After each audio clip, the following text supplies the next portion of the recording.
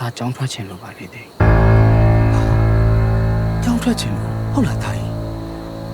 ဘာဖြစ်လို့လဲသားကြီးရဲ့ဒီလောက်ထိရောက်လာပြီမှာဘာဖြစ်လို့ကြောင်းထွက်ချင်ရတာတော့ တင်ခုလိုမျိုး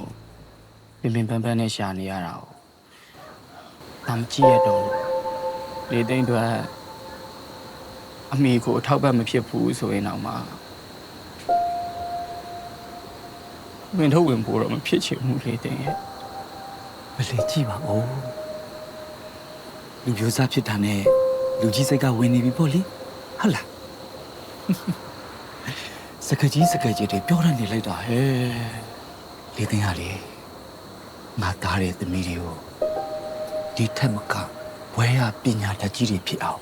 ထားပေးအောင်ပါရေလုံးကကြောပြကူကလို့ပါရမြေလေတခြားဘဝတွေ